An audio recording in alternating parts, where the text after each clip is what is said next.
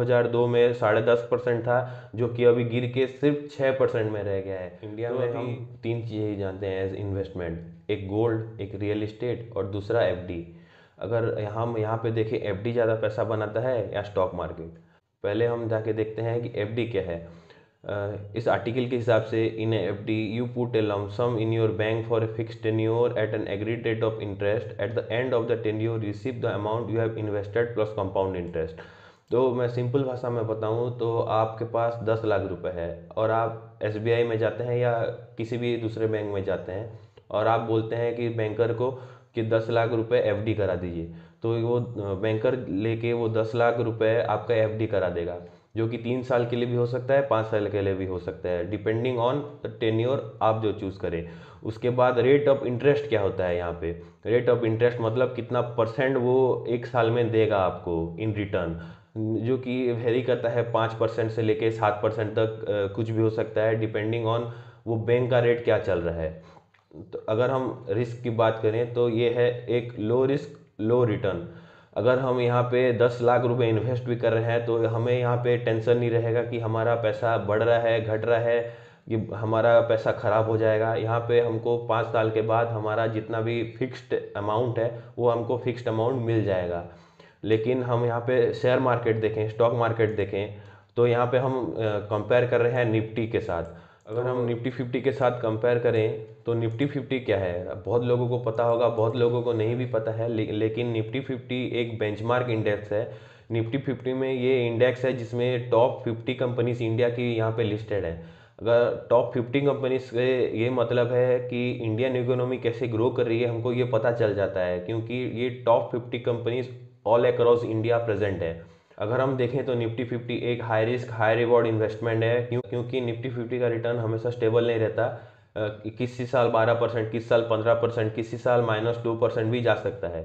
अगर हम एफडी की रिटर्न्स की बात करें लास्ट 20 ईयर्स में, तो हम देख सकते हैं 2002 से लेके 2023 तक, यहाँ पे 2002 में 10.5% था, जो कि अभी गिर के सिर्फ 6% में रह गया है। तो अभी ज़्यादा इंटरेस्ट रेट नहीं मिल रहा है एफडी में। एफडी वर्सेस निफ्टी 50 के 2018 से लेके 2021 तक, और हमें यहाँ पे दिख रहा है, क्लियरली दिख रहा है कि Nifty 50 is the clear winner. अगर हम यहाँ पे देखें तो निफ्टी ब्लू लाइन से ऊपर ही जा रहा है और यहाँ पे रेड लाइन में जो एफडी का रिटर्न है वो धीरे धीरे घटता ही जा रहा है। अगर हम देखें तो 2018 से 3% से लेके यहाँ पे 2021 एंड तक ये 25% का रिटर्न दे चुका है। और यहाँ पे एफडी का रिटर्न देखें तो ये सिर्फ 7% से लेके यहाँ पे नीचे ये 5.5% तक गिर चुका है। अगर हम एक दूसरा चार्ट देखें यहाँ पे एफडी और निफ्टी का लास्ट 8 साल का, तो 2013 से लेके 2021 तक के ये स्टडी में पता चल रहा है कि एक स्लोली डिक्रीजिंग इंटरेस्ट रेट यहाँ पे हमको मिल रहा है एफडी में, जो कि 8.5-9% से लेके अभी 5% 2021 तक था। लेकिन 2013 से 2021 तक हम देख सकते हैं ये रेड कैंडल जो कि निफ्टी का है वो कितना हाई रिटर्न दे रहा है। अगर हम टोटल करें 2013 से 2021 तक एफडी का रिटर्न, तो ये बन रहा है 63.45%।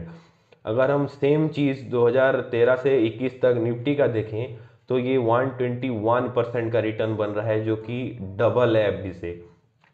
तो यहाँ पे ये डाटा देख के बोल सकते हैं कि यहाँ पे शेयर बाज़ार रिस्की है, शेयर बाज़ार ये है वो है, लेकिन हमको ये क्लियरली दिख रहा है कि शेयर बाज़ार से ज़्यादा पैसा बनता है। और जो भी बोलते हैं कि शेयर बाज़ार से पैसा नहीं बनता है, उनको ये वीडियो दिखाइए और उनको समझाइए कि अमीर एफडी से नहीं बन सकते, अमीर बनना है तो शेयर बाज़ार से बन सकते हैं, अगर आपके पास एक्यूरेट नॉलेज हो तो। मुझे लगता है कि ये वीडियो बहुत लोगों के लिए आई ओपनर होगा जो सिर्फ एफडी में इन्वेस्ट करते हैं और दूसरे इन्वेस्टमेंट ऑप्शन देखते ही नहीं है। अगर मैं यहाँ पे बात करूँ तो निफ्टी 50 एक क्लियर विनर है, और आपके हिसाब से अगर आपको एफडी में इन्वेस्ट करना है या शेयर बाज़ार, ये आपके ऊपर है, लेकिन पैसे तो सिर्फ शेयर बाज़ार में ज़्यादा बनते हैं।